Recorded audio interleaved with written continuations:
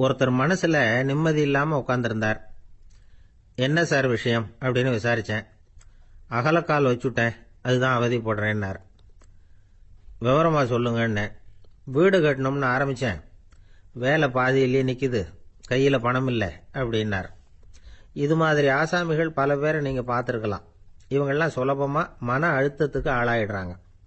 மன உளைச்சல், அதாவது ஸ்ட்ரெஸ் அப்படின்னு சொல்றோமே, அதுக்கு அடிப்படையான சில காரணங்கள் உண்டு. அதாவது மிகையாக திட்டமிடுதல் அப்படிங்கிறதும் ஒரு முக்கியமான காரணம். நடைமுறை சாத்தியம் என்னங்கிறத மனசுல வச்சுக்கிட்டு எந்த திட்டத்தையும் தீட்டணும், அப்பதான் அது சரியா வரும். ரெண்டாவது காரணம் என்ன தெரியுமா? ஒரே நேரத்தில் பல்வேறு செயல்களில் ஈடுபடுறது. தொலைபேசியில் பேசிக்கிட்டே கையில் இருக்கிற கடிதத்தை படிச்சுக்கிட்டே எதிரில் உட்காந்துக்கிட்டு இருக்கிறவருக்கும் அப்பப்போ பதில் சொல்லிக்கிட்டு மனசில் பல்வேறு சிந்தனைகளை அப்படியே ஓட விட்டுக்கிட்டு இருக்கிறது, இதுவும் மன அழுத்தத்தை உண்டாக்குது. மூணாவது காரணம், எதிலேயும் வெற்றி மட்டும் எதிர்பார்க்கிற ஒருதலை பட்சமான ஆர்வம். நாம தொட்டதெல்லாம் வெற்றியாவே முடியணும் அப்படின்னு எதிர்பார்க்கிறவங்க ஏதாவது ஒண்ணுல தோல்வியை கண்டா தோண்டு போயிடுறாங்க. எப்படியும் முடியலாம்ங்கிற எண்ணம் ஏற்கனவே நமக்குள்ள இருந்துட்டுதுன்னா அந்த அவஸ்தை வராது. அதனால அதுவும் நம்ம வளர்த்து கொள்ள வேண்டிய ஒரு குணம். மன உளைச்சல் ஏற்படுறதுக்கு இன்னொரு காரணம், எதையும் வேகமா செஞ்சுடணும் அப்படிங்கிற துடிப்பு. அந்த துடிப்பே மனசை அழுத்த ஆரம்பிச்சிடும். எந்த ஒரு காரியத்திலையும் தாமதமோ இடையூறோ ஏற்பட்டா அதை பொறுத்துக்கிற மனப்போக்கம் வேணும். அது இல்லாதவங்க அழுத்தத்துக்கு ஆளாயிடுறாங்க. சில பேர் வேலை வேலைன்னு எந்த நேரம் பார்த்தாலும் வேலையே கதின்னு கிடப்பாங்க. பொழுதுபோக்குக்கோ உடற்பயிற்சிக்கோ குடும்பத்தில் உள்ளவங்க அல்லது நண்பர்கள் கூட கலந்துரையாடவோ கொஞ்சம் கூட நேரம் ஒதுக்க மாட்டாங்க. இந்த சுபாவம் மன அழுத்தத்தை உண்டு பண்ணும். இதையெல்லாம் புரிஞ்சுக்கிட்டு அதிலிருந்து விடுபடுறது எப்படின்னு யோசிக்கணும். வல்லுநர்கள் இது தொடர்பாக சில யோசனைகளை சொல்லி வச்சிருக்கிறாங்க. அது என்னன்னா, வாழ்க்கைங்கிறது பிரச்சனைகளால பின்னப்பட்ட ஒன்று. அது எப்பவுமே முடிவடையாத ஒரு தொடர்கதை அப்படிங்கிறத முதல்ல நாம புரிஞ்சுக்கணும். ஒரே நேரத்தில் ஒரு காரியத்தில் மட்டுமே நாம கவனம் செலுத்தணும். அடுத்தவங்க காரியத்தில் தலையிடக்கூடாது. எதையும் பேச ஆரம்பிக்கிறதுக்கு முன்னாடி நம்மை நாமே கேட்டுக்க வேண்டிய கேள்வி ரெண்டு. ஒன்று, நான் சொல்ல போறது ரொம்ப முக்கியமானதா? ரெண்டாவது, நான் சொல்றத அவங்க கேட்கறதுக்கு ஆசைப்படுறாங்களா?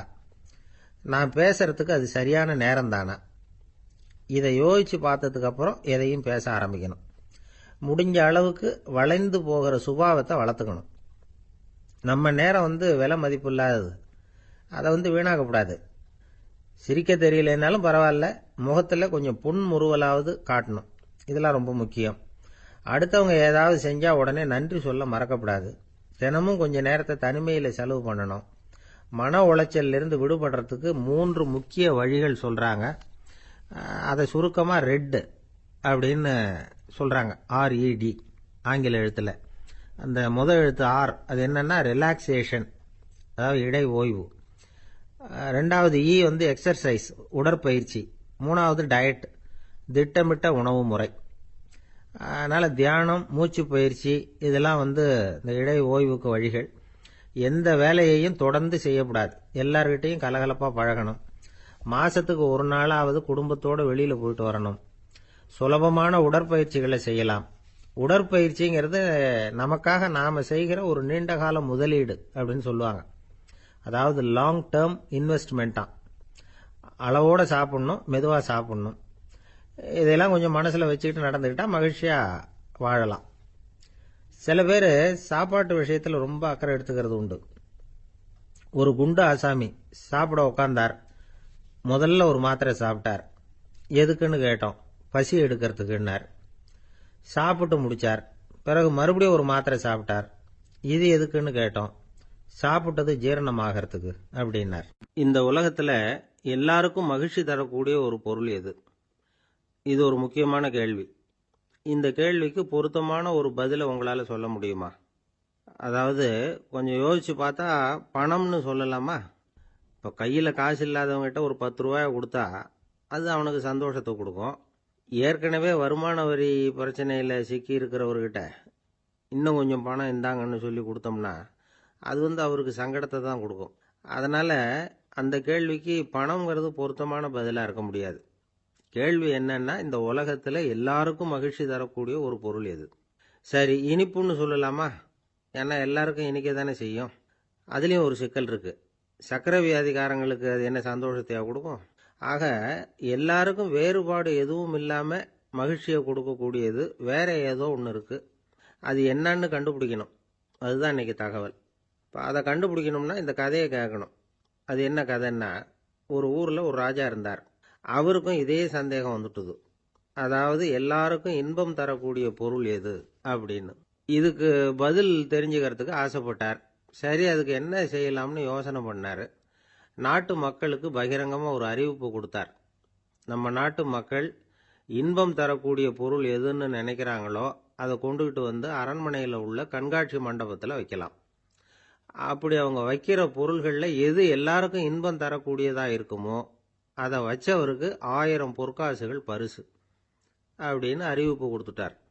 ஜனங்கள் இந்த அறிவிப்பை கேட்டாங்க. அதுக்கப்புறம் சும்மா இருப்பாங்களா? 1000 பொற்காசுன்னா சும்மாவா? அவங்க கையில் என்னென்ன கிடைச்சதோ அதையெல்லாம் கொண்டாந்து அரண்மனை காட்சி மண்டபத்தில் வச்சுட்டாங்க. அதுக்கப்புறமா ராஜா அங்கே வந்தார். ஒவ்வொன்றா பார்த்துக்கிட்டே வந்தார். முதல்ல ஒரு குயில் இருந்தது, இனிமையாக பாடக்கூடிய குயில். இந்த குயிலோட இன்னிசை எல்லாருக்கும் இன்பம் தரக்கூடியது தான். இருந்தாலும் காது கேட்காதவங்களுக்கு இந்த இசை எப்படி இன்பம் தர முடியும்? அதனால் இது சரியில்லைன்னு விட்டார். அடுத்தபடியாக போனார். அங்கே என்ன வச்சிருக்கிறாங்கன்னு பார்த்தா ஒரு அழகான மயில் அங்கே தோகை விரித்து ஆடிக்கிட்டு இருக்குது. இந்த மயிலோட ஆட்டம் மனசுக்கு இன்பம் தரக்கூடியது தான். இருந்தாலும் பார்வை இல்லாதவங்க இந்த ஆட்டத்தை பார்த்து ரசிக்க முடியுமா? முடியாது. அதனால் இதுவும் சரியில்லை அப்படின்னு சொல்லிவிட்டார். அதுக்கு அடுத்தபடியாக போனார். பல வகையான இனிப்பு பண்டங்களை வச்சுருந்தாங்க. பார்த்தார், வயசானவங்களுக்கும் நோயாளிகளுக்கும் இது இன்பம் தராது, துன்பம் தான் கொடுக்கும் அப்படின்னார். இப்படி ஒவ்வொன்றா பார்த்துக்கிட்டே போகிறார். அழகான மலர்கள், கனிகள், ஓவியங்கள் எதுவுமே பொருத்தமாக தெரியல.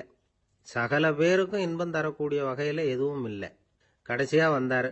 அங்கே ஒரு களிமண் பொம்மை இருந்தது. அது என்ன பொம்மை தெரியுமா?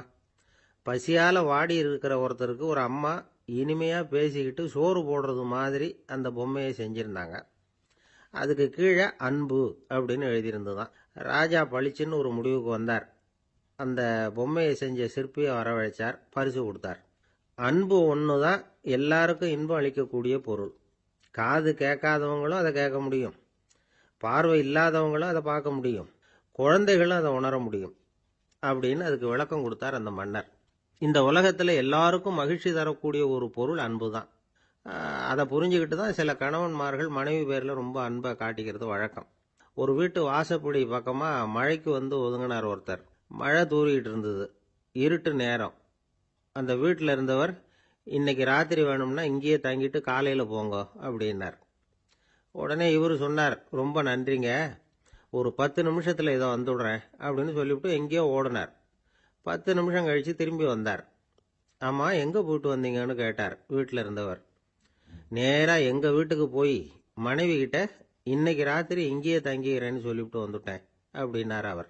அன்புல இது ஒரு ரகம். அரேபிய நாடு, அங்கே ஒரு ஆட்சி தலைவர்.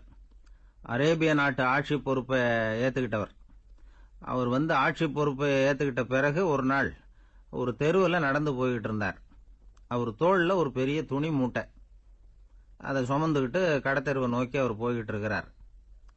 வழியில் அவரை சந்திச்சார் உமர். அவர் கேட்டார், கலீஃபா அவர்களே, எங்கே புறப்பட்டுட்டீங்க அப்படின்னு கேட்டார். கலீஃபான்னா ஆட்சி தலைவர்னு அர்த்தம். இதுக்கு அவர் சொன்னார், நான் துணி வணிகம் செய்கிறவன், அதனால துணி வியாபாரம் செய்யறதுக்காக போயிட்டு இருக்கிறேன்னார். நீங்க இப்போ இந்த நாட்டுக்கு ஆட்சி தலைவர், ஆட்சி பொறுப்புல இருக்கிறீங்க, நீங்க வியாபாரம் செய்ய போட்டா அரசு பணிகளை செய்யறது யாரு அப்படின்னு கேட்டார் அவர். நான் அரசு பணிகளை மட்டுமே செஞ்சுக்கிட்டு இருந்தா என் குடும்பத்தை காப்பாத்துறது யாரு அப்படின்னு கேட்டார் அவர். இப்படி கேட்டவர் யார் தெரியுமா? அவர் தான் அபூபக்கர், இறை தூதர் முகமது அவர்களுக்கு பிறகு கலீஃபாவாக தேர்ந்தெடுக்கப்பட்டவர். அப்போலாம் ஆட்சி தலைவர்களுக்கு சம்பளம்னு எதுவும் கிடையாது. இந்த பிரச்சனையை எப்படி தீர்க்கிறதுன்னு யோசனை பண்ணார் உமர்.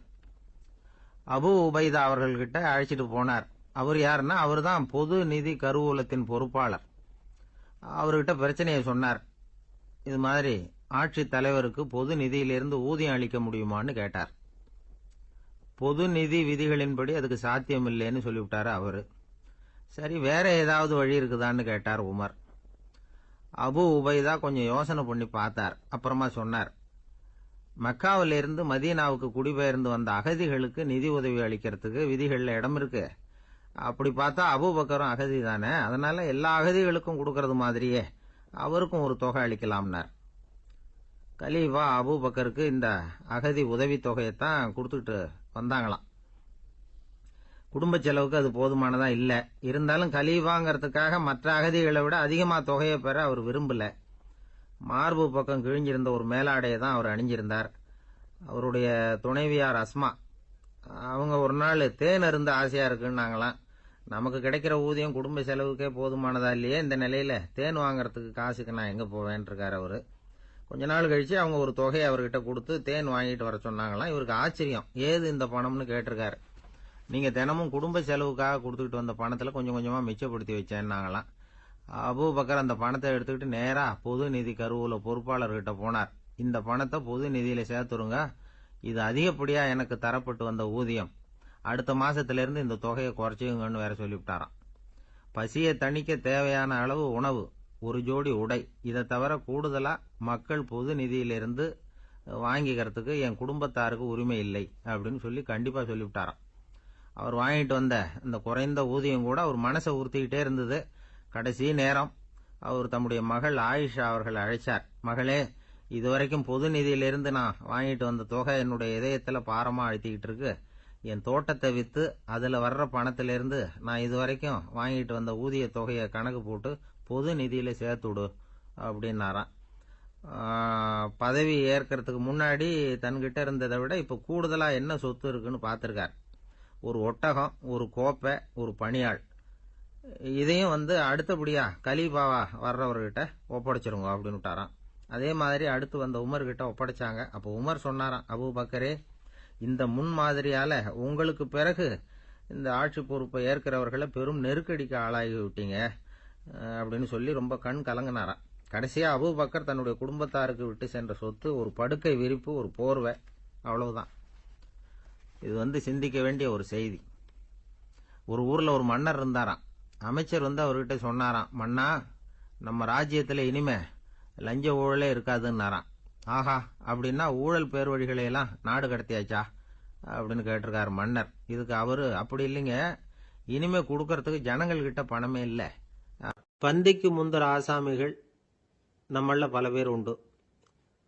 அப்படி முந்தறதுக்கு கூட முயற்சி பண்றவங்க நிறைய பேர் இருக்கிறாங்க. இதுல என்ன ஒரு விஷயம்னா, பந்திக்கு முந்தறது கூட தப்பு இல்லை. ஆனா அப்படி ஒரு விருந்துல ஆளா போய் உட்காந்து சாப்பிட்டா கூட வெளியில வர்றப்ப என்ன பெரிய விருந்து வச்சுட்டான், சாம்பார்ல உப்பு இல்லை, ரசத்துல காரம் இல்லை அப்படின்னு குறை சொல்லிட்டே வர்றது இருக்கு பாருங்க, அது சரியில்லை, நாகரிகமும் இல்லை. கல்யாண பத்திரிகையில என்ன போட்டிருக்குது, என் பொண்ணுக்கும் இன்னார் பையனுக்கும் கல்யாணம், எல்லாரும் குடும்பத்தோட வந்திருந்து மணமக்களை ஆசீர்வதிக்கணும், இப்படித்தானே போட்டிருக்கோம். குடும்பத்தோட விருந்து சாப்பிட்டு சாப்பாடு எப்படி இருக்குன்னு அபிப்பிராயம் சொல்லிவிட்டு போங்க அப்படின்னா போட்டிருக்கு கல்யாண பத்திரிகையில. ஒருத்தர் வீட்டு விசேஷத்துக்கு போயிருக்கோம்னா எவ்வளவோ அசௌகரியங்கள் நமக்கு ஏற்படலாம்.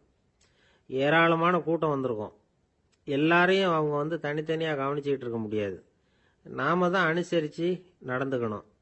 நாமளா போய் வாழ்த்த வேண்டியவங்களை வாழ்த்தி விட்டு சேரணும். அதை விட்டுட்டு பத்திரிக்கை கொடுத்தானேன்னு போனேன், கவனிப்பே சரியில்லை அப்படின்னு புலம்பிக்கிட்டு இருக்கக்கூடாது. ஒரு விருந்துக்கு போனா அங்க எப்படி நடந்துக்கணும் அப்படிங்கறத பத்தி கூட அனுபவசாலிகள் சில விவரங்கள்லாம் சொல்லியிருக்கிறாங்க. இந்த காலத்துல கல்யாணம், பிறந்த நாள், அது இதுன்னு நிறைய விருந்துகள் நடக்குது. அதெல்லாம் எதுக்காக? மனித உறவுகளை வளர்த்துக்கிறதுக்காகத்தான், வேற எதுக்கு? ஒரு விருந்துக்கு போனா அமைதியா பொறுமையா போய் உட்காரணும். அடிச்சு பிடிச்சிக்கிட்டு இடத்த பிடிக்க போறேன் அப்படின்னு நிற்கக்கூடாது. முதல் பந்தி நடந்துகிட்டு இருந்தா அது முடிஞ்சு இலை எடுத்து சுத்தம் பண்ணதுக்கு அப்புறம் போய் உட்கார்றது தான் நாகரீகம். இலை எடுக்கிறதுக்கு முன்னாடி அங்க போய் உட்காந்தா நல்லா இருக்காது. நீங்க சாப்பிட்டுட்டு உட்காந்துருக்கீங்களா, சாப்பிட்றதுக்கு உட்காந்துருக்கீங்களா, பாக்குறவங்களுக்கு சந்தேகம் வந்துடும். அதே மாதிரி இலையில எல்லா ஐட்டமும் பரிமாறினதுக்கு அப்புறம் சாப்பிட ஆரம்பிக்கணும். ஒவ்வொரு ஐட்டமா வைக்க வைக்க நாம பாட்டுக்கு எடுத்து உள்ள தள்ளிட்டே இருந்தோம்னா எதை வச்சோம் எதை வைக்கலன்னு பரிமாறினவரே குழம்பி போயிடுவார். ஏன்னா எப்ப பார்த்தாலும் இலை காலியாவே இருக்கும். சாப்பிட்றப்போ உங்க சாப்பாட்டையே நீங்க கவனிக்கணும். அடுத்தவங்க இலையில என்ன இருக்கு, பக்கத்துல இருக்கிறவர் எதை அதிகமா சாப்பிட்றார், இதெல்லாம் நமக்கு என்னத்துக்கு? எல்லாரும் சாப்பிட்டு முடிக்கிற வரைக்கும் பொறுமையா இருக்கிறது தான் நல்லது. நீங்கள் மட்டும் திடீர்னு பாதியில் எழுந்திரிச்சு பக்கத்தில் இருக்கிறவங்களுக்கு சங்கடமா இருக்குமேங்கிறதெல்லாம் யோசிக்காமல் நீங்கள் பாட்டு எழுந்திரிச்சு போகக்கூடாது. பக்கத்தில் உள்ளவங்க உங்களை எழுந்திரிக்க சொன்னால் எழுந்திரிச்சு போகலாம். விருந்துகளில் சாப்பாட்டை வீணாக்கிறதே ஒரு நாகரிகமாக போட்டுது இந்த காலத்தில். சாப்பாட்டுக்கே கஷ்டப்பட்டுக்கிட்டு பல பேர் இந்த உலகத்தில் இருக்கிறப்போ சாப்பாட்டை வீணாக்கிறது எவ்வளவு பெரிய மோசங்கிறத நினச்சி பார்க்கணும். வேணுங்கிற அளவுக்கு கேட்டு வாங்கி சாப்பிட்றது தான் முறை. விருந்தில் இந்த பஃபே அப்படின்னு சொல்லி ஒரு முறை சொல்கிறாங்கல்ல, அதாவது உணவு வகைகளையெல்லாம் பொதுவாக ஒரு இடத்துல வச்சுடுறது, நமக்கு தேவையானதை நாமே எடுத்து ஒரு தட்டில் போட்டுக்கிட்டு சாப்பிட வேண்டியது. இதில் கூட சில பேர் தேவைக்கு அதிகமாக எடுத்து போட்டுக்கிட்டு வீணாக்குறாங்க. சில சமயம் கடைசியாக சாப்பிட போகிறவங்களுக்கு எல்லா ஐட்டமும் கிடைக்காம போகலாம். அதை போய் பெருசு பண்ணிகிட்டு இருக்கக்கூடாது. என்ன சார் இந்த அளவுக்கு கூடவா நாகரிகம் தெரியாமல் இருக்கிறோம், இதை போய் பெருசாக சொல்ல வந்துட்டீங்களே அப்படின்னு நினைக்கலாம். ஒருத்தர் 2 பேருக்கு இந்த விவரம் தேவைப்படலாம். அவங்க காதலையும் இது விழட்டுமேங்கிறதுக்காக தான் இது. ஒரு பெரிய கல்யாண விருந்து நடந்துக்கிட்டு இருந்தது. விருந்து மண்டபத்து வாசலில் ஒருத்தர் நின்றுக்கிட்டு வர்றவங்களையெல்லாம் ரொம்ப மரியாதையாக வணங்கி உள்ளே அனுப்பி வச்சுக்கிட்டு இருந்தார். எப்படி தெரியுமா? வர்றவங்க கையெல்லாம் பிடிச்சி முத்தம் கொடுத்து அதுக்கப்புறம் உள்ளே அனுப்பி வச்சுக்கிட்டு இருந்தாராம். கூட்டம்லாம் முடிஞ்சதுக்கப்புறம் அவர்கிட்ட போய் கேட்டிருக்கிறாங்க, சார் நானும் எவ்வளவோ விருந்துகளுக்கு போயிருக்கிறேன், இருந்தாலும் இவ்வளவு மரியாதையாக வர்றவங்க கைக்கெல்லாம் முத்தம் கொடுத்து வரவேற்கிறத இங்கே தான் பார்க்குறேன் அப்படின்னு சொன்னாங்க. அதுக்கு அவர் சொன்னார், அட போங்க சார், நான் முத்தம் கொடுக்கல, முந்தின பந்திக்கு சாப்பிட்டவங்களே அடுத்த பந்திக்கும் வர்றாங்களான்னு மோந்து பார்த்து அனுப்பி வச்சுக்கிட்டு இருந்தேன் அப்படின்னார். அந்த ஆள் என்னை கண்ணாப்புண்ணான்னு திட்டிவிட்டான் சார், அதை நினைச்சா எனக்கு ரொம்ப வருத்தமாக இருக்கு அப்படின்னு சொல்லி கவலைப்பட்டார் ஒருத்தர். இதில் கவலைப்படுறதுக்கு என்ன இருக்குது அப்படின்னார் ஒரு பெரியவர். அவர் ஒரு மகான். என்ன சார் இப்படி சொல்கிறீங்க, ஒருத்தர் நம்ம பார்த்து திட்டுனா வருத்தமாக இருக்காதா அப்படின்னார். அது எப்படி வருத்தமாக இருக்கும், திட்டுறதுங்கிறது என்ன, அது வெறும் சத்தம் தானே அப்படின்னார் அந்த பெரியவர். நம்ம ஆளுக்கு தலையை பிச்சுக்கலாம் போல இருந்தது. இருக்காது அப்படின்னா நமக்கு அப்படி தானே தோணுது. அந்த பெரியவர் சொல்கிறது ரொம்ப பெரிய விஷயம். அதை நாம் புரிஞ்சிக்க முயற்சி பண்ணலாம்னா நடைமுறை வாழ்க்கைக்கே அது ஒத்து வர்றது மாதிரி தெரிய மாட்டேங்குது. இருந்தாலும் அந்த பெரியவர் அதுக்கு என்னதான் விளக்கம் கொடுக்குறாருன்னு பார்ப்போமே. ஒரு ரயில் போயிட்டுருக்கு, அதில் ஒரு சாது போயிட்டுருக்கார். அந்த ரயில் அவர் ஹரித்வாரம் போயிட்டுருக்கார். அவர் ரயிலில் ஏகப்பட்ட கூட்டம். நம்ம ஊர் ரயில் கேட்க வேணும், டிக்கெட் வாங்கிட்டு கொஞ்சம் பேர், வாங்காத கொஞ்சம் பேர். அது என்னத்துக்கு அனாவசியமாக டிக்கெட் அப்படிங்கிற நினப்பில் பாதி பேர். இந்த கூட்டத்துக்கு மத்தியில் அந்த சாதுவும் போயிட்டு இருக்கிறார். உட்கார்றதுக்காக இருந்த இடத்துல ஒரு ஆள் படுத்திருக்கிறான். கொஞ்சம் முரட்டு ஆசாமி. அவன் கால் பக்கத்தில் கொஞ்சோண்டு இடம் பாக்கி இருந்தது. அந்த இடத்துல இந்த சாது உட்காந்துருந்தார். மெதுவாக உட்காந்துக்கிட்டார் போய். ஆனால் அந்த ஆள் ராத்திரி பூரா இவரை காலால் உதச்சிக்கிட்டே இருக்கிறான். அது இவருக்கு ரொம்ப அவமானமாக பட்டுது. அதனால் துக்கம் ஏற்பட்டுது. இருந்தாலும் அதை ஒரு மாதிரியாக சகிச்சுக்கிட்டே இவர் சேர்ந்தார். பொழுது விடிஞ்சுது. அந்த சாது ஹரித்வார் சேர்ந்தார். அங்கே ஒரு பெரிய ஞானியை சந்திச்சார். ராத்திரி ரயிலில் அந்த ஆள் உதைச்சதையும் அதனால் தனக்கு ஏற்பட்ட துக்கத்தையும் இந்த சாது அந்த ஞானிகிட்ட சொன்னார். சொல்லிவிட்டு, ஏன் சுவாமி, எனக்கு துக்கம் ஏற்பட்டதே அது தப்பா அப்படின்னு கேட்டார். தவறுதான்னார் அந்த ஞானி. உனக்கு இன்னமும் தேக அபிமானம் போகலைங்கிறது தான் அது காட்டுது. அஷ்டாவக்கிரர் என்ன சொல்றார் தெரியுமா? உண்மையான ஞானி யாராவது தன்னை வந்தனை செய்தால் அதற்காக சந்தோஷப்பட மாட்டார், யாராவது நிந்தனை செய்தால் அதற்காக வருத்தப்பட மாட்டார் அப்படின்னு சொல்றார். நிந்தனைங்கிறது ஒரு ஒலி தான். தேகாபிமானம் இருக்கிற வரைக்கும் இந்த ஒலி நம்மளை வேதனைப்படுத்தும். நான் தேகம் இல்லை, ஆத்மா அப்படிங்கிற நினைவு இருந்தா இந்த ஒலி நம்மளை பாதிக்காது. மனு என்ன சொல்றார் தெரியுமா? ஒரு சாதகன் பாராட்டுதலை விஷம்னு நினைச்சு பயப்படணும், அவமானத்தை அமிர்தம்னு நினைச்சு சந்தோஷப்படணுங்கிறார். அவமானப்பட்டா கவலைப்படாமல் எப்படி இருக்க முடியும் அப்படின்னு தான் நமக்கு தோணும். அதனால தான் நம்மள யாரும் இதுக்கு உதாரணமாக யாரையும் காட்ட முடியல. புத்தரையும் கபீரையும் உதாரணமாக காட்டுறாங்க. அவங்களுக்கெல்லாம் அவமானம் ஏற்பட்டப்போ கவலையே படலையாம். புத்தரை அவமானப்படுத்தணுங்கிறதுக்காக கௌசாம்பி ராணி ஒரு இளம் பெண்ணை கொலை பண்ணி சடலத்தை புத்தர் குடிசைக்கு முன்னாடி போட சொன்னார். போட்டாங்க. புத்தர் தான் அந்த பொண்ணை கெடுத்து கொலை பண்ணி விட்டாருன்னு எல்லாரும் நினைச்சாங்க. ஆனால் புத்தர் இதை பற்றி கவலையே படலை. அப்புறமா உண்மை தெரிஞ்சதும் புத்தர் புகழ் இன்னும் அதிகமாயிட்டுது. ஒரு பெரிய சபையில் ஒரு மோசமான பொண்ணு நுழைஞ்சி தனக்கும் கபீருக்கும் சம்பந்தம் உண்டுன்னு சொன்னா. கபீர் கவலைப்படலை. அவங்க மாதிரியெல்லாம் நாமளும் இருக்க கற்றுக்கணும். நிந்தனை, அபகீர்த்தி, அவமானம் எல்லாம் ஆண்டவன் கொடுக்குற பிரசாதம்னு நினைக்கணும் அப்படின்னு சொல்றார் அந்த ஞானி. இதை கேட்ட இந்த காலத்து ஆசாமி ஒருத்தர், நான் கூட அப்படிதான் சார், யாராவது அவமானப்படுத்தினா கவலைப்பட மாட்டேன். நேற்று கூட ஒருத்தர் என்ன பலார்னு அரைஞ்சுட்டார். நான் கொஞ்சம் கூட கவலைப்படலை, பேசாமல் வந்துட்டேன்னார். ஏன் அப்படி வந்துட்டீங்க அப்படின்னு. அவர் அரைஞ்சதுலேயும் ஒரு அர்த்தம் இருந்தது, அதனால தான் அப்படி வந்துட்டேன்னார். ஏன் அரைஞ்சாருன்னு கேட்டேன். 10 வருஷத்துக்கு முன்னாடி 15 ரூபா அவர்கிட்ட கடன் வாங்கினேன். அதை கேட்டு கேட்டு பார்த்துட்டு கடைசியாக தான் அரைஞ்சார் அப்படின்னார். ஆண்டவனுடைய பிரசாதம் இவருக்கு அடிக்கடி கிடைக்கும் போல இருக்கு. ஒரு ஆஃபீஸில் வேலை பார்க்குற ஒருத்தர் ஏதோ தப்பு பண்ணிவிட்டார். உடனே மேல் அதிகாரி அவரை கூப்பிட்டு அனுப்புனார். நீ செஞ்சது தப்புன்னார் கோபமா. இது ஒரு ரகம்.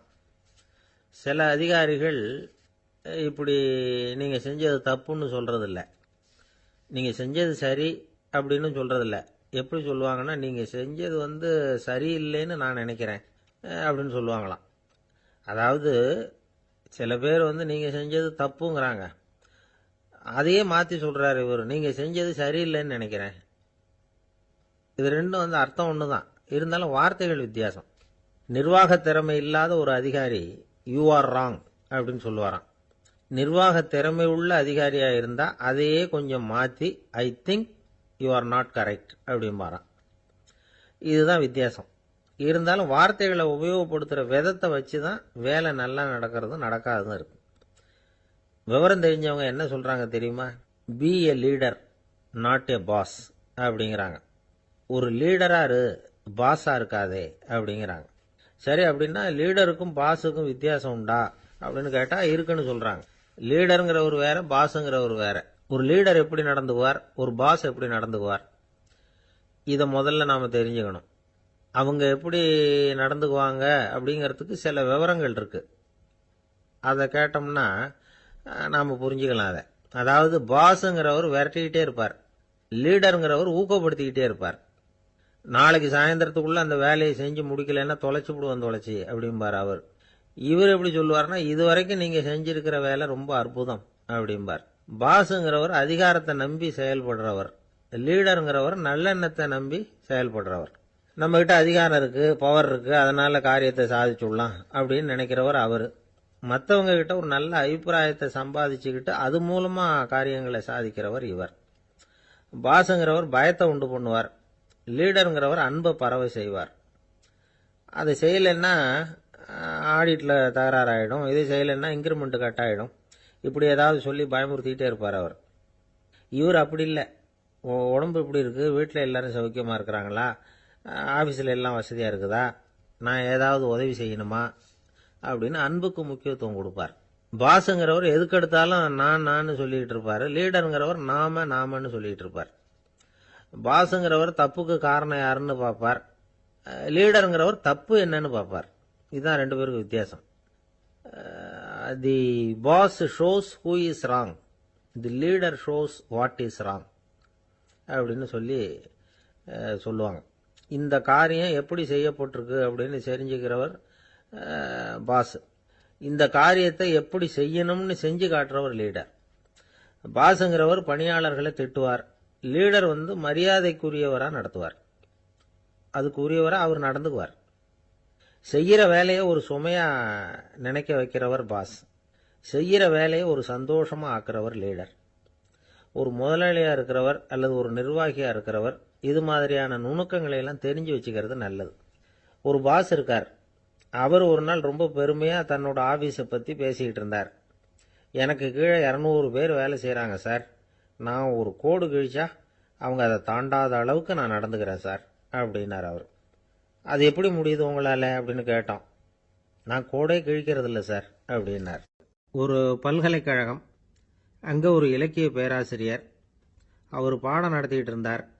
ராபர்ட் ப்ரௌனிங் எழுதிய கவிதைகளை பற்றி சொல்லிகிட்டு இருக்கிறார். மாணவர்களும் ரொம்ப அக்கறையாக அதை கேட்டுக்கிட்டு இருக்கிறாங்க. ஒரு குறிப்பிட்ட கவிதையை பற்றி சொல்லும் பொழுது அந்த பேராசிரியருக்கே ஒரு சந்தேகம், அதாவது அந்த கவிதையின் சரியான அர்த்தம் என்னங்கிறதுல சந்தேகம். பேராசிரியர் யோசனை பண்ணார், அந்த கவிதையை முழுசாக புரிஞ்சிக்க முடியல. அதனால் மாணவர்களை பார்த்து சொன்னார், மாணவர்களே ஒரு நாள் பொறுத்துக்குங்க, இந்த கவிதையை எழுதின கவிஞர் எங்கள் வீட்டுக்கு பக்கத்தில் தான் இருக்கிறார். இன்னைக்கு சாயந்தரம் நான் அவரை நேரிலேயே போய் பார்க்குறேன், பார்த்து இதுக்கு என்னங்க அர்த்தம்னு கேட்டுட்டு வந்துடுறேன், அதுக்கப்புறம் உங்ககிட்ட சொல்கிறேன் அப்படின்னாராம். அன்னைக்கு சாயந்தரமே அந்த பேராசிரியர் கவிஞரை தேடிக்கிட்டு போயிட்டார். கவிஞர் அவங்க வீட்டில் அவர் பாட்டு உட்காந்துருந்தாராம்.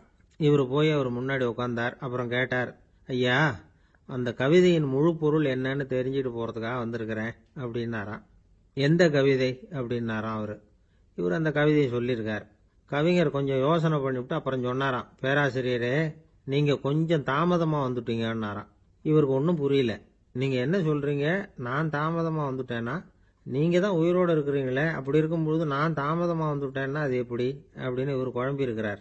இப்போ கவிஞர் சொன்னாராம், ஐயா, நான் உயிரோடு இருக்கிறேன்னா இல்லையாங்கிறது முக்கியம் இல்லை.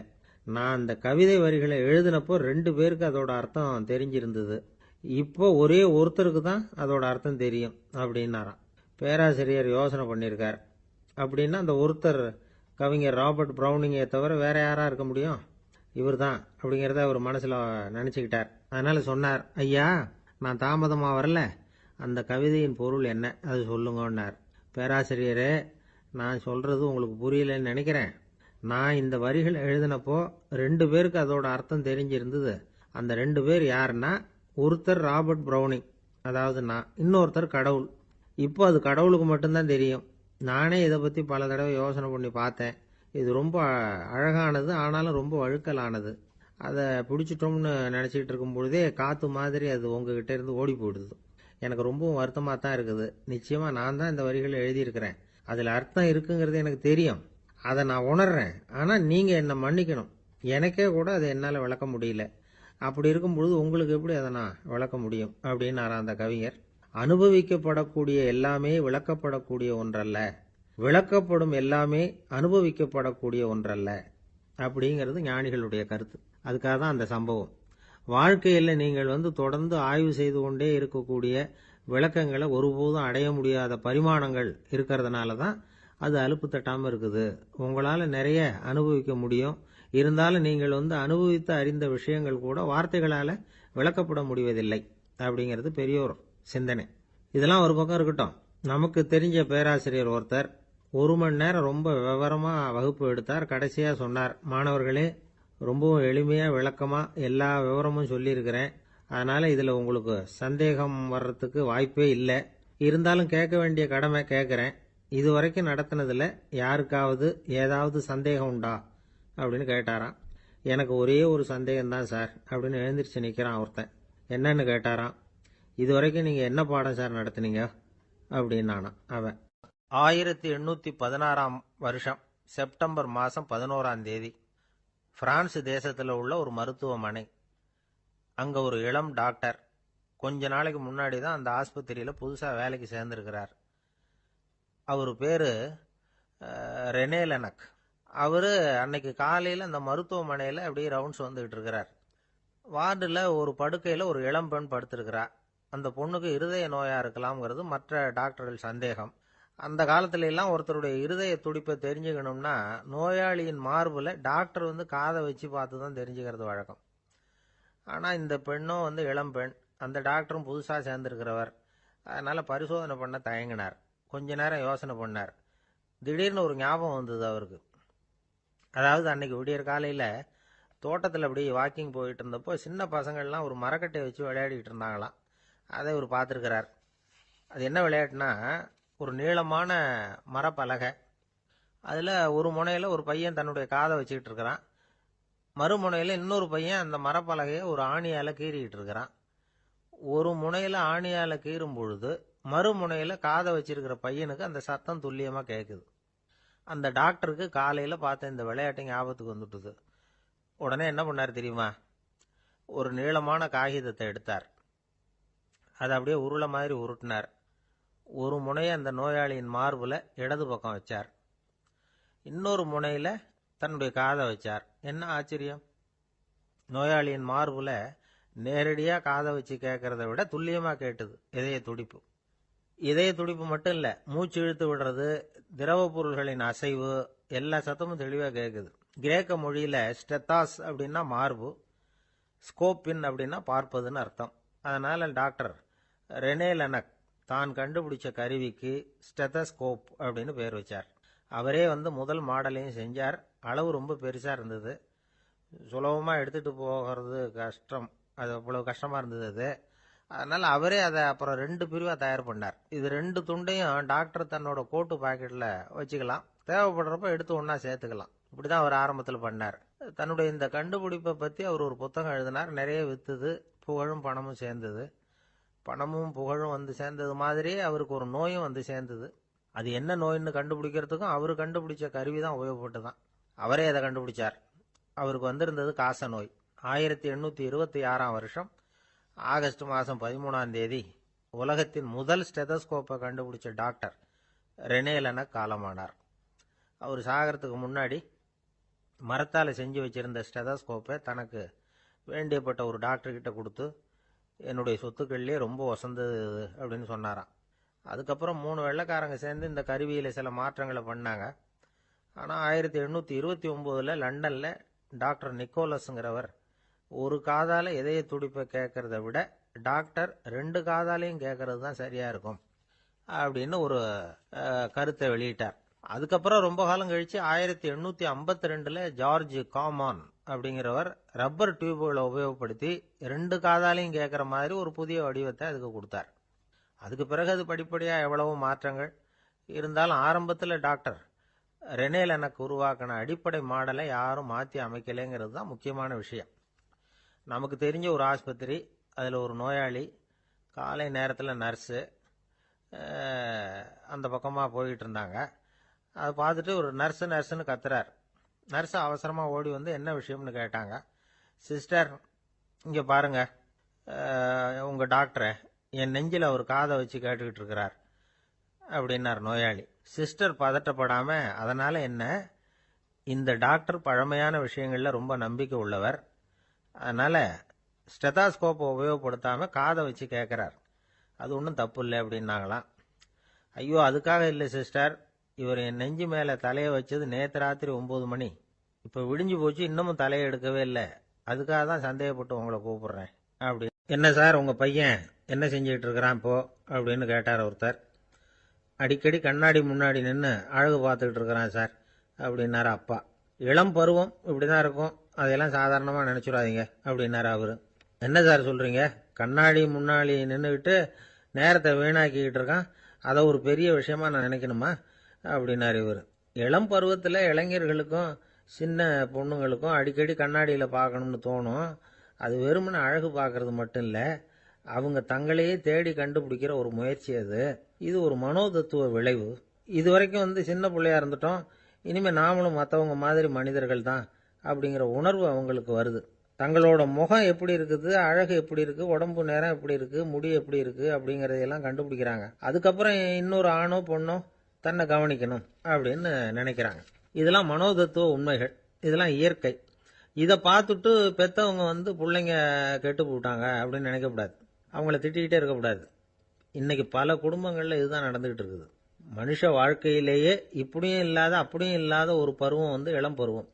13லேருந்து 19 வயசுக்கு உட்பட்ட ஆண்கள் பெண்கள் இந்த வகையை சேர்ந்தவங்க, டீனேஜ் குரூப். இவங்களை சின்னவங்கன்னு நினைச்சிட முடியாது, பெரியவங்கன்னு நினைச்சிட முடியாது. இவங்க ரொம்ப சென்சிட்டிவ். சமூகம் நினைச்சா இவங்களை நல்லவங்களாகவும் ஆக்கலாம், கெட்டவங்களாகவும் ஆக்கலாம். கொஞ்சம் அக்கறை எடுத்துக்கிட்டா பெரிய பெரிய மேதைகளையும் விஞ்ஞானிகளையும் உருவாக்கலாம். ஆனால் நடக்கிறது என்ன தெரியுமா, அநேகமாக இவங்களை யாருமே சரியாக புரிஞ்சுக்கிறது இல்லை, இவங்களை சரியாக நடத்துறதும் இல்லை. இது வரைக்கும் நாம் சொல்கிறத கேட்டுக்கிட்டு இருந்தான், இப்போல்லாம் அவன் இஷ்டத்துக்கு நடக்க ஆரம்பிச்சுட்டான் அப்படின்னு வருத்தப்படுற பெற்றோர்கள் அதிகம். இது வருத்தப்படுற விஷயம் இல்லை, சந்தோஷப்பட வேண்டிய விஷயம். உங்கள் புள்ள சொந்தமாக யோசிக்க ஆரம்பிக்கிறதும் நடந்துக்க ஆரம்பிக்கிறதும் ஒரு தப்பான விஷயமா? அவன் கடைசி வரைக்கும் உங்கள் பேச்சையே கேட்டுக்கிட்டு இருக்கணுங்கிறது என்ன நியாயம்? இன்னைக்கு இளைஞர்களை பெரியவங்க தப்பாக புரிஞ்சுக்கிட்டு தவறாக நடத்துறதுனால தான் அவங்களுக்கு வெறுப்பு, எரிச்சல், மனக்கசப்பு எல்லாம் உண்டாகுது. பெற்றவங்க சரியாக மதிக்கிறது இல்லை அப்படிங்கிற ஒரே காரணத்தினாலேயே வீணா போகிற பிள்ளைங்க இன்னைக்கு அதிகம்.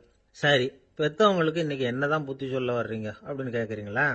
நாம எதையும் சொல்ல வரல, ஆனால் அது சம்பந்தமான சில நிபுணர்கள் சொல்லி இருக்கிறத உங்க காதில் போட்டு வைக்கலாம். அது என்னன்னா, பிள்ளைங்க கிட்ட அன்பு செலுத்துங்க. குழந்தையா இருந்தப்போ எவ்வளவு பாசமா இருந்தீங்க, வளர வளர அதை ஏன் குறைச்சிக்கிறீங்க? பெற்றவங்களின் அன்பான வார்த்தைகளுக்கு ஏங்குறவங்க தான் இன்றைய இளைஞர்கள். அவங்க எதை சொன்னாலும் அதை அக்கறையா காது கொடுத்து கேளுங்க, அலட்சியப்படுத்தாதீங்க. அவங்க விரும்புறது உங்ககிட்ட இருந்து ஒரு மதிப்பு, மரியாதை, அங்கீகாரம், இவ்வளவுதான். அவங்களாவே முடிவுகள் எடுக்கட்டும், அதுக்கு நீங்க உதவியா இருங்க, அது போதும். மற்றவங்க முன்னாடி முக்கியமாக அவங்க நண்பர்கள் முன்னாடி அவங்கள பற்றி மட்டமாக பேசாதீங்க. அவங்கக்கிட்ட பொய் சொல்லக்கூடாது. நீங்கள் சொன்னது பொய்ன்னு தெரிஞ்சு போச்சுன்னா உங்கள் பேரில் அவங்களுக்கு இருக்கிற மதிப்பு போயிடும், நம்பிக்கை போயிடும். அவங்களுக்கு முன்னாடி நீங்கள் சண்டை போடக்கூடாது. உங்கள் பிள்ளைய எப்பவும் இன்னொரு பிள்ளையோட ஒப்பிட்டு பேசுகிற வேலையே வேணாம். கூட பிறந்த மற்றவங்களோட கூட ஒப்பிடக்கூடாது. இப்படி செஞ்சால் அவன் உங்ககிட்டையும் பிரியமாக இருக்க மாட்டான், அவங்ககிட்டையும் பிரியமாக இருக்க மாட்டான். புள்ள எங்கே போகிறான், என்ன பண்ணுறான் அப்படின்னுலாம் துப்பறிஞ்சிக்கிட்டு இருக்கக்கூடாது. இளைஞர்கள் தனிமையை விரும்புகிறவங்க. அவங்கள பெட்டியில் வச்சு மூடி பாதுகாக்கணும்னு நினைக்கக்கூடாது. அவங்கள எப்படி பாதுகாக்கிறது அப்படிங்கிறது அவங்களுக்கே தெரியும். உங்கள் புள்ள எப்படி நடந்துக்கணும்னு நீங்கள் எதிர்பார்க்குறீங்களோ அது மாதிரி நீங்கள் நடந்து காட்டுங்க, அது போதும். ஒரு வீட்டில் அப்பாவும் அம்மாவும் பேசிக்கிட்டு இருக்கிறாங்க. என்னங்க நம்ம பொண்ணு பெரியவளாயிட்டா, அடிக்கடி கண்ணாடி முன்னாடி போய் நின்றுக்கிட்டு இருக்கிறா, சீக்கிரமாக ஒரு பையனை பார்த்து கல்யாணத்தை முடிக்காமல் இப்படி மசன்னு கல் மாதிரி உட்காந்துருக்குறீங்களே அப்படின்னு சத்தம் போட்டாங்க. அந்த அம்மா, அவசரப்படாத, பார்க்கறதுக்கு கண்ணுக்கு அழகா லட்சணமா புத்திசாலியா ஒரு பையன் கிடைக்க வேணாமா, அதுதான் பார்த்துக்கிட்டு இருக்கிறேன் அப்படின்னார் அப்பா. இதுக்கு அந்த அம்மா சொல்றாங்க, எங்க அப்பா இப்படியெல்லாம் நினைச்சுக்கிட்டு இருந்திருந்தா எனக்கு கல்யாணமே ஆயிருக்காது தெரியுமா அப்படின்னாங்களாம். ஒரு அரசனும் அமைச்சரும் ஒரு நாள் ரொம்ப சாவகாசமா பேசிக்கிட்டு இருந்தாங்களாம். அரசன் அமைச்சரை பார்த்து ஒரு கேள்வி கேட்டிருக்கார். ஏங்க அமைச்சரே, ஆசை இல்லாத ஒரு மனுஷனால இருக்க முடியுமா அப்படின்னு. ஏன் முடியாது, துறவி அப்படிங்கிறவங்கெல்லாம் அப்படிப்பட்டவங்க தானே அப்படின்னாராம் அமைச்சர். அவங்கெல்லாம் உண்மையிலேயே ஆசையை விட்டவங்க தானா அப்படின்னு கேட்டாராம் ராஜா. அப்படிதான் இருக்கணும் அப்படின்னாராம் அமைச்சர். அப்படின்னா ஆசையே இல்லாத ஒரு உண்மையான துறவியை நான் பார்க்கணுமேன்னார்.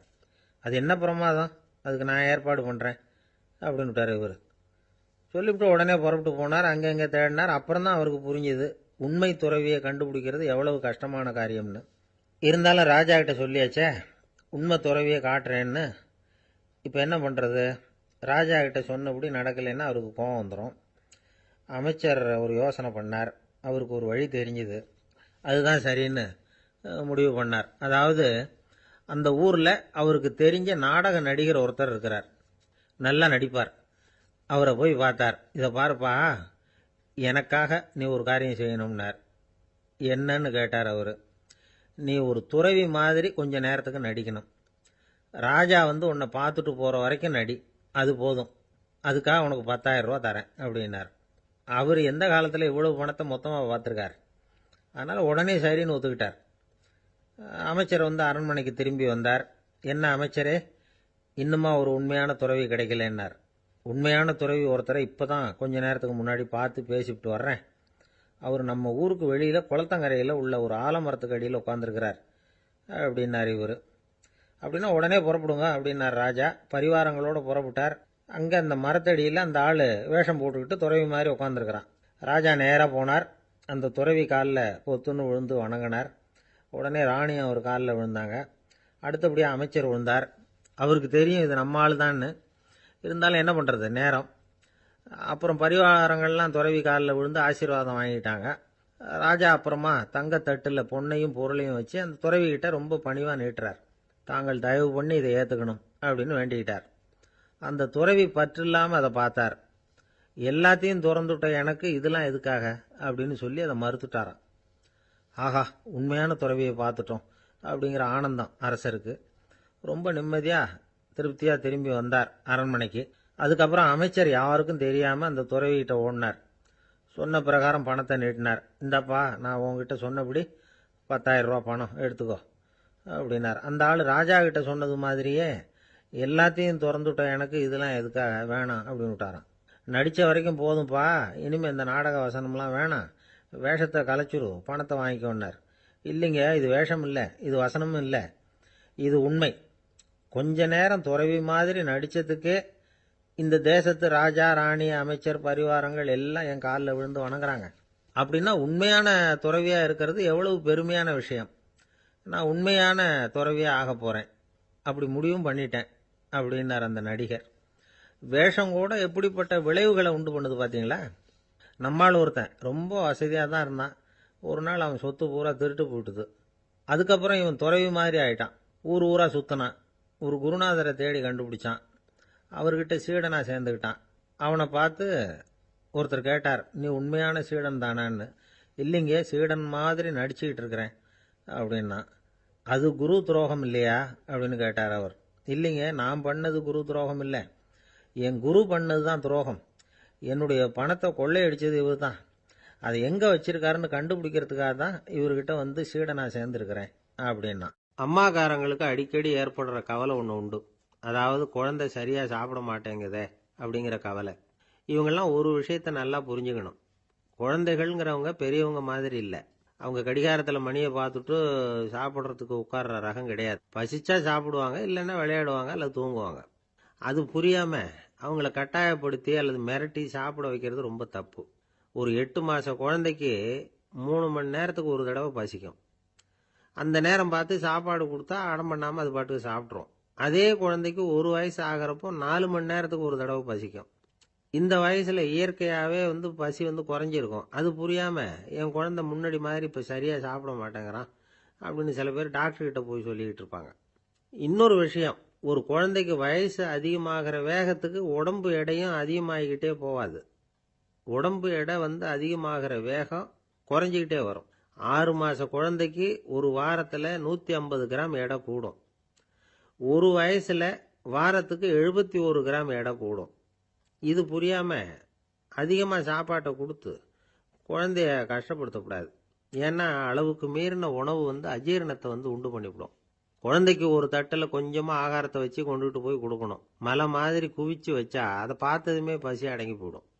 அடித்து மிரட்டி பயமுறுத்தி குழந்தைய சாப்பிட வைக்கிற பழக்கம் இருக்குது பாருங்கள், அதுக்கு வந்து ஃபுட் ஃபோர்ஸிங் அப்படின்னு பேர். இப்படி பண்ணுனா குழந்தைக்கு சாப்பாட்டில் விருப்பம் குறைஞ்சிரும், அதை கண்டாவே வெறுக்க ஆரம்பிச்சிடும். அது மாதிரி உளம் சார்ந்த பசி குறைவு, சைக்கோஜெனிக் அனோரெக்சியா, அது ஏற்படுமா.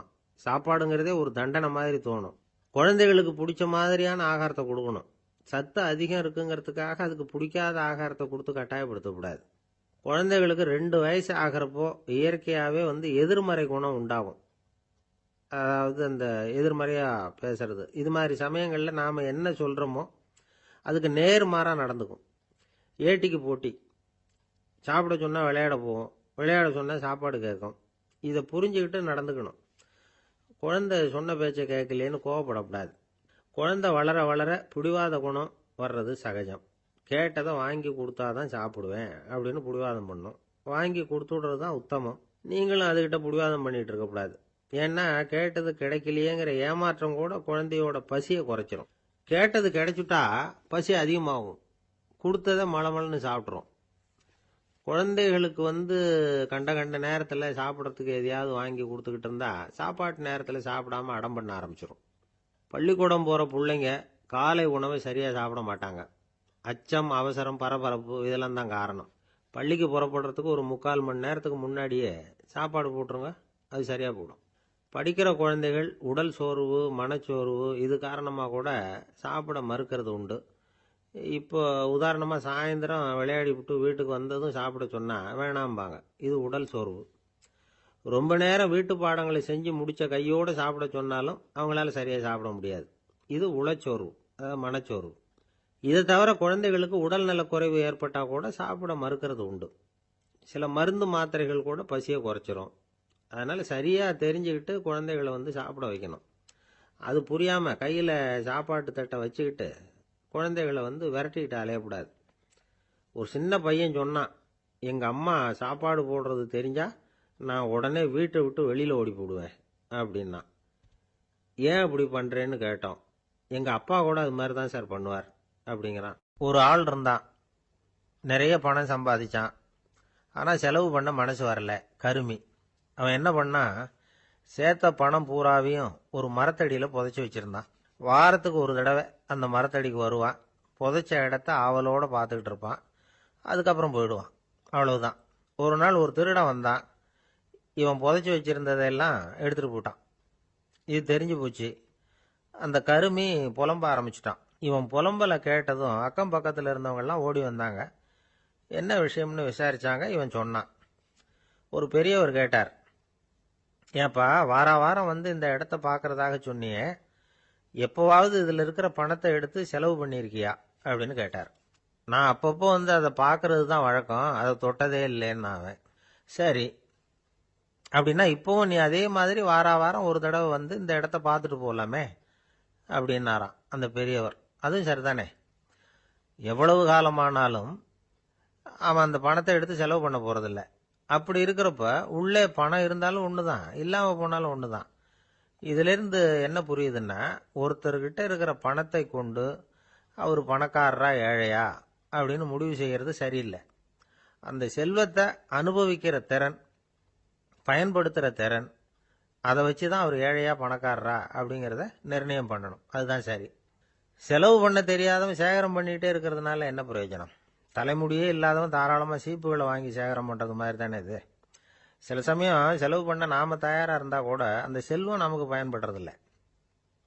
அரேபியாவில் ஒரு நகை வியாபாரி விலை உயர்ந்த முத்துக்களை எல்லாம் அவர் வச்சு வியாபாரம் பண்ணிட்டு இருந்தார். அவர் ஒரு சமயம் ஒரு பாலைவனம் வழியா போயிட்டு இருக்கிறார் ஒட்டகத்துல. அப்போ திடீர்னு கடுமையான புயல் வீச ஆரம்பிச்சுட்டுது. திசை தவறி இவர் எங்கேயோ வந்துட்டார். கூட வந்தவங்களையும் காணல, எங்க போனாங்களோ தெரியல. இவர் ரொம்ப பயந்து போய் அங்கேயும் எங்கேயுமா அலைஞ்சு திரியிறார். வழியே தெரியல. பசி கடுமையாயிட்டுது. ஒட்டகத்து முதுகுல ஒரு மூட்டை இருந்தது. அதை பிரிச்சு பார்த்தார். உள்ள ஏதாவது இருக்கான்னு தேடி பார்க்கறார். அது வரைக்கும் கண்ணில் தட்டுப்படாத அபூர்வமான ஒரு பை கண்ணில் பட்டுது. ஆஹா, அதில் ஏதாவது சாப்பிட்றதுக்கு இருக்கும் அப்படின்னு நினச்சி ஆவலாக அதை பிரித்து பார்க்குறார். அந்த பையில் விலை உயர்ந்த முத்துக்கள் நிறைய இருந்துதான். அப்போ தான் அவர் நினைச்சாராம், விலை உயர்ந்த முத்துக்கள் கூட சாப்பிட்றதுக்கு உணவாக முடியாது அப்படிங்கிறத புரிஞ்சுக்கிட்டாராம். எந்த நேரத்தில் எது நமக்கு தேவையோ அது நமக்கு தாராளமாக கிடைக்கணும். அப்படி அது கிடைக்கிறதுக்கு நம்மகிட்ட இருக்கிற செல்வம் பயன்படணும். அது நமக்கும் பயன்படலாம், நம்ம மூலமா அடுத்தவங்களுக்கும் பயன்படலாம். அதுதான் செல்வத்தின் பயன். ஒரு மரத்தடியில் ஒருத்தன் உட்காந்து அழுதுகிட்டு இருந்தான். அந்த பக்கமா வந்த இன்னொருத்தன் ஏப்பா அழுதுகிட்டு இருக்கிறேன்னு கேட்டான். இந்த இடத்துல தான் பூமிக்கு அடியில் பணம் இருக்குது, புதைச்ச இடம் தெரியல, அதான் அழறேன் அப்படின்னா. நல்லா ஞாபகப்படுத்தி பாரு, எந்த இடத்துல புதைச்ச அப்படின்னு கேட்டான் இவன். அது எப்படி எனக்கு தெரியும், புதைச்சி வச்சிருக்கிறவன் நான் இல்லையே, எங்க எதிர்த்த வீட்டுக்காரன் அப்படின்னானா இவன். ஒரு சின்ன பையன் வந்தான். அவனை பார்த்து ஒரு கேள்வி கேட்டோம். ஏன்பா உங்க வீட்டில் அம்மா புத்திசாலியா அப்பா புத்திசாலியா அப்படின்னு. அவன் அலட்சியமா நம்மளை பார்த்து சிரிக்கிறான். என்ன சார் இது, இந்த காலத்தில் இது கூட தெரியாமல் இருக்கிறீங்களே அப்படிங்கிறான். ஒரு சின்ன பையன் நம்மளை பார்த்து இப்படி கேட்டு விட்டானே அப்படின்னு நினைக்கிறப்போ நமக்கு ஒரு மாதிரி ஆயிடும். அதுக்கப்புறம்தான் இந்த தாத்தா பாட்டிலாம் சொல்கிற ஒரு கதை ஞாபகத்துக்கு வந்தது. அது என்ன கதை தெரியுமா? ஒரு ஊரில் ஒரு அம்மாவும் பிள்ளையும் இருந்தாங்களாம். அந்த மகனுக்கு திடீர்னு தேசாந்திரம் போய் வரணும்னு ஆசை வந்துட்டுது. ஊராக போய் சுற்றி பார்க்கணுங்கிற ஆசை. அந்த அம்மாவுக்கு இது பிடிக்கல. மகனை பிரிஞ்சு இருக்கிறதுக்கு அவங்க மனசு இடம் கொடுக்கல. வேணாப்பான்னு சொல்லி பார்த்தாங்க, அவன் கேட்கல. திடீர்னு புறப்படவும் செஞ்சுட்டான். சரி, இனிமே அவனை தடுக்க முடியாதுன்னு முடிவு பண்ணிட்டாங்க அந்த அம்மா. இருந்தாலும் புத்திசாலித்தனமாக ஒரு யோசனை பண்ணாங்க. மகனை கிட்டத்தில் கூப்பிட்டாங்க. அவங்ககிட்ட சொன்னாங்க, இதை பாருப்பா, நீ தேசாந்திரம் போகிறதுன்னு தீர்மானம் பண்ணிவிட்ட, அதை நான் தடுக்கலை, போயிட்டு வந்துடும். ஆனால் போகிறதுக்கு முன்னாடி எனக்கு ஒரு வாக்குறுதி கொடுத்துட்டு போ அப்படின்னாங்க. போகிறப்போ ராத்திரியாக இருந்தாலும் பகலாக இருந்தாலும் சரி, புளிய மரத்து நிழலில் தான் தங்கணும். திரும்பி வர்றப்போ இரவும் பகலும் நீ வேப்ப மரத்து நிழல்லே தங்கணும் அப்படின்னாங்க. சரி, அப்படியே செய்கிறேன்னு சொல்லி வாக்குறுதி கொடுத்தான் பையன். புறப்பட்டு போனான். போகிற வழியில் புளிய மரத்து நிழல்லையே தங்கினான், தூங்கினான். அப்படி போய்கிட்டே இருந்தான். 7வது நாள் அவன் உடம்பு சுகமில்லாமல் போயிட்டுது. ரொம்பவும் பலவீனமாயிட்டான். இனிமேல் நடக்க முடியாதுங்கிற நிலைமை வந்துட்டுது. யோசிச்சு பார்த்தான். சரி, இதுக்கு மேலே போக வேண்டாம் அப்படின்னு முடிவு பண்ணிட்டு திரும்பி வர ஆரம்பிச்சிட்டான். திரும்பி வர்றப்போ வழியில் வேப்ப மரத்து நிழல்லையே தங்கி தங்கி வந்தான். நாளுக்கு நாள் உடம்பு சரியாக வந்துட்டுது. 7வது நாள் வீட்டுக்கு சேர்றான். உடம்பு பழையபடியே கலகலப்பாயிட்டுது. பூர்ண சுகம். தேசாந்திரம் போன பையன் திரும்பி வந்துட்டானே அப்படின்னு அந்த அம்மா ஆச்சரியப்படலை. ஏன்னா அவங்களுக்கு தெரியும் இப்படி ஆகும்னு. பையன் சீக்கிரமா திரும்பி வரணுங்கிறதுக்காகத்தான் அவங்க அந்த யோசனையை சொன்னாங்க. என்ன விஷயம்ங்கிறதையும் அவங்களே சொன்னாங்க. மகனே, புளிய மரத்து நிழல் உடம்புக்கு உஷ்ணத்தை கொடுக்கும், சீக்க உண்டாக்கும். அதனால நீ தொடர்ந்து புளிய மரத்து நிழலில் தங்கினாவே நோய்க்கு ஆளாயிட்ட. அதனால பயணத்தை முடிச்சுக்கிட்டு திரும்பி வரணுங்கிற முடிவுக்கு வந்துட்ட.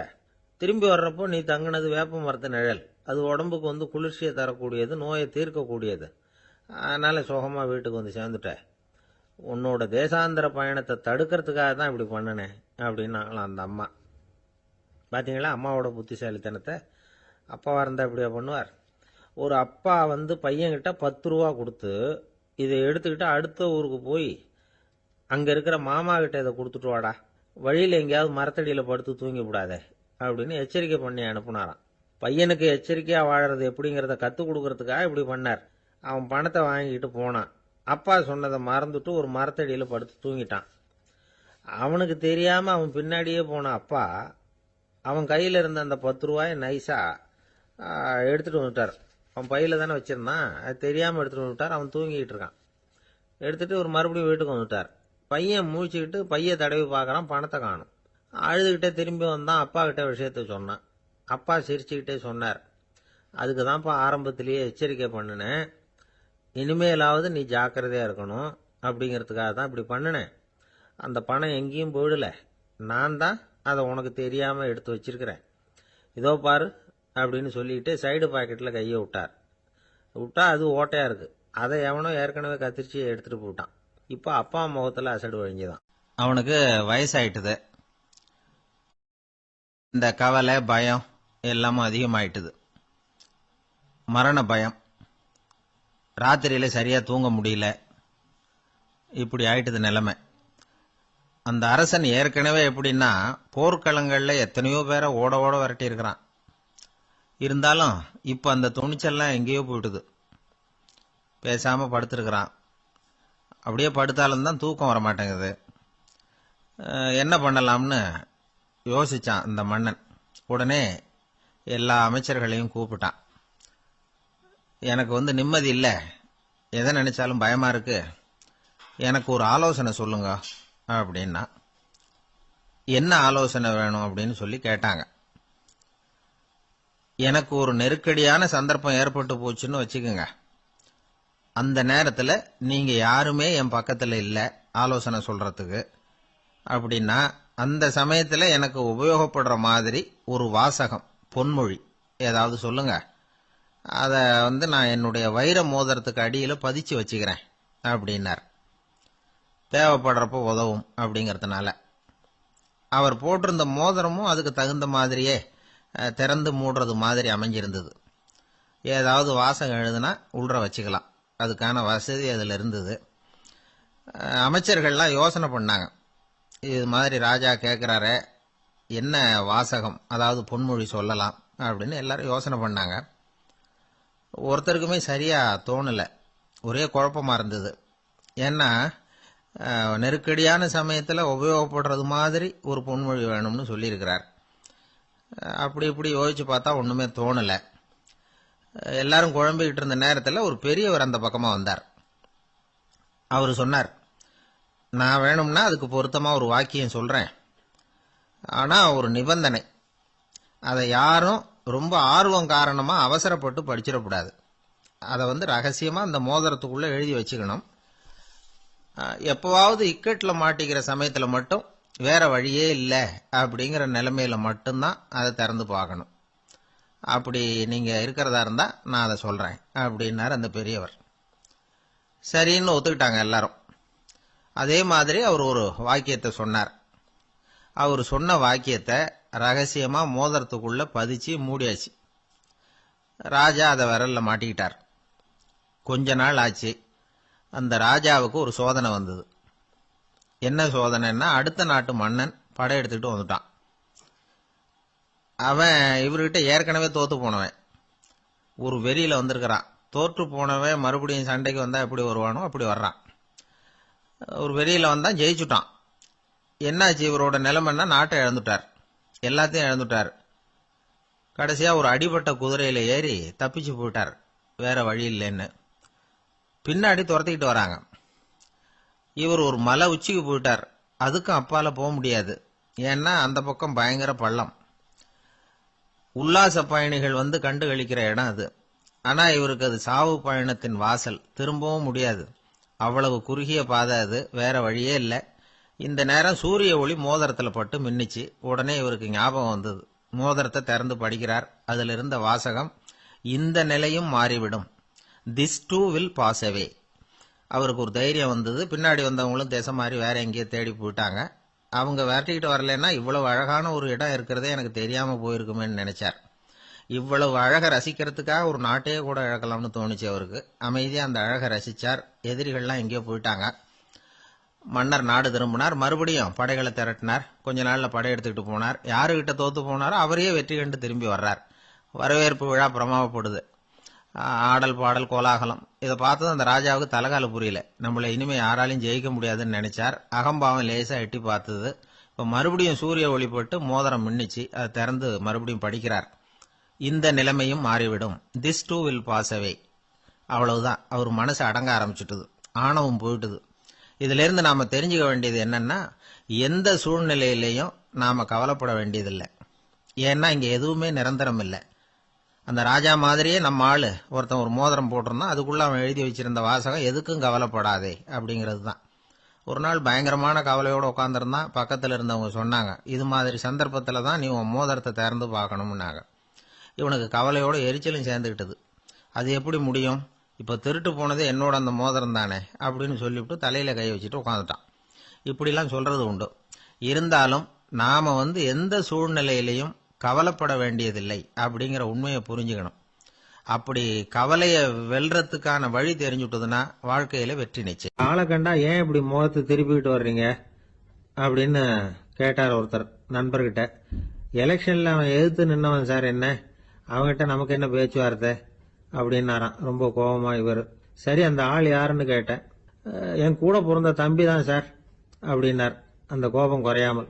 அதாவது நம்ம ஊர் நிலவரம் இப்படி. அதாவது அண்ணனும் தம்பியும் எதிர்த்து நிப்பாங்க தேர்தல்ல. ஒருத்தர் கண்டா பேசிக்கிறது இல்ல. ஆனா இங்கிலாந்துல எப்படி தெரியுமா? அங்க ஒரே மேடையில போட்டி போடுற 2 வேட்பாளர்களும் பேசுவாங்களாம், பட்டிமன்றம் மாதிரி. ஒருத்தர் முதல்ல எழுந்திருப்பார், நான் இந்த தேர்தலில் வெற்றி பெற்றால் என்னென்ன செய்வேன் அப்படின்னு சொல்லிவிட்டு உட்காருவார். அதுக்கப்புறம் அடுத்தவர் எழுந்திருப்பார். அவர் சொல்லுவார், நான் வெற்றி பெற்றா இந்த மக்களுக்கு என்னென்ன செய்வேன், இந்த நாட்டுக்கு என்னென்ன செய்வேன் அப்படிங்கறத சொல்லிவிட்டு உட்காருவார்.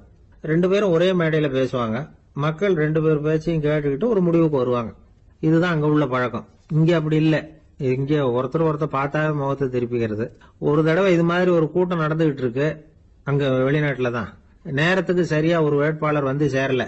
இது இங்கிலாந்துல நடந்த நிகழ்ச்சி. அப்புறம் என்னாச்சுன்னா, ஒருத்தர் வந்துட்டாரு, இன்னொருத்தர் வந்து சேரல. அப்புறம் உடனே அந்த ஒருத்தர் வந்தவர் பேச ஆரம்பிச்சிட்டார். அதாவது அந்த இன்னொருத்தர் சார்பாவே பேசிட்டாராம். அதாவது அவர் வரல, நான் அவரு சார்பா நான் பேசிடுறேன். அதாவது அவர் ஜெயிச்சுட்டா அவர் என்னென்ன செய்வார் இந்த நாட்டுக்கு அப்படின்னு சொல்லி அவர் பக்கத்துல உள்ள நியாயத்தை எடுத்து இவரே சொல்லிட்டாராம். இப்படிலாம் அங்க நடந்துதான். இது எப்பேற்பட்ட தேர்தல் பண்பாடு பாருங்க. அதனால இன்னொரு விஷயம், இப்ப இங்கிலாந்துல எல்லாம் ஓட்டு கேட்கறப்ப வெற்றியா தோல்வியாங்கிறத ஓரளவுக்கு யூகிச்சு விடலாமா. இப்போ ஒரு வேட்பாளர் ஒரு வீட்டுக்கு முன்னாடி போய் நின்று எனக்கு ஓட்டு போடுங்கன்னு கேட்கறாருன்னு வச்சுங்களேன். அதுக்கு என்ன பார்த்து செய்யறோம், போயிட்டு வாங்க அப்படின்னு சில வீடுகள்ல வாசல்ல நின்னே சொல்லி அனுப்பிச்சிருவாங்களாம். வேற சில வீடுகள்ல எப்படின்னா, வேட்பாளரை வீட்டுக்குள்ள கூப்பிட்டு காபி சாப்பிட சொல்லி உபசரிச்சு அதுக்கப்புறம் அனுப்பி வைக்கிறது வழக்கமா. இதுல எந்த வீட்டு ஓட்டு நிச்சயம் தெரியுமா? வாசல்ல நின்னே வழி அனுப்பி வச்சுடுறாங்க பாருங்க, அவங்க ஓட்டு நிச்சயம். உள்ள கூப்பிட்டு காப்பி கொடுத்து அனுப்புறாங்க பாருங்க, அவங்க ஓட்டு நிச்சயம் இல்லையா. சரி, அப்புறம் ஏன் அந்த உபசரிப்பு அப்படின்னு கேட்டா அதுக்கு ஒரு காரணத்தை சொல்றாங்க. அதாவது அது ஒரு அனுதாபத்தை தெரிவிக்கிற முறையா. ஐயோ பாவம், நாம இவருக்கு ஓட்டு தான் போட போறதில்ல, எதையாவது செய்வோம், காப்பியாவது சாப்பிட்டு போகட்டும் அப்படிங்கிற எண்ணமா. இப்படி அந்த ஒரு பழக்கம். ஆக அந்த ஊர்ல நிறைய காப்பி சாப்பிடணும்னு ஒருத்தர் ஆசைப்பட்டா தேர்தலில் தோத்து போறதுக்கு தயாரா இருக்கணும். ஒரு சமயம் ஒரு ஊர்ல தேர்தல் நடந்துதான். ஒரு தொகுதியில நின்று தோத்து போன ஒருத்தர் கையில ஒரு துப்பாக்கியோட ஊருக்குள்ள சுத்திக்கிட்டு இருந்தாராம். ஒரு போலீஸ்காரர் அவரை பார்த்துட்டு சந்தேகப்பட்டிருக்கார். அதனால அவரை தடுத்து நிறுத்தி, என்ன இது துப்பாக்கியோட சுத்துறீங்களேன்னு விசாரிச்சிருக்கார். இதுக்கு அவர் சொன்னாராம், சார், இந்த தொகுதியில மொத்தம் 1,00,000 வாக்காளர்கள், அதுல எனக்கு 10,000 பேர் மட்டும்தான் எனக்கு ஓட்டு போட்டிருக்கிறாங்க. அப்படின்னா எனக்கு வேண்டாதவங்க இந்த தொகுதியில 90,000 பேர் இருக்கிறாங்கன்னு அர்த்தம். இப்படி ஒரு சூழ்நிலையில நான் என்னுடைய பாதுகாப்புக்கு ஆயுதம் இல்லாம நடமாடலாமா அப்படின்னு கேட்டாராம். எவ்வளவு எச்சரிக்கை பாருங்க. நம்ம ஊர்ல சில பேர் ஓட்டு கேட்கிற விதமே தனி. ஒருத்தர் ரொம்ப சாமர்த்தியமா ஓட்டு கேட்பாராம். அவர் எப்படின்னா, ஒரு வீட்டுக்கு போறாருன்னு வச்சுங்களேன், அந்த நேரம் அந்த வீட்டுக்காரரு என்ன செஞ்சுக்கிட்டு இருக்கிறாரோ அதே வேலையை இவரும் கொஞ்ச நேரம் செய்வாராம், அவருக்கு ஒத்தாசையா. அதுக்கப்புறம் மெதுவா பேச்சு கொடுப்பார், ஓட்டு கேட்பார், இது மாதிரி எலெக்ஷன்ல நிக்கிறேன் கவனிக்கணும்னு. அது மாதிரி ஒரு தடவை அவர் போனப்ப அங்க அவர் என்ன பண்ணிட்டு இருக்காரு,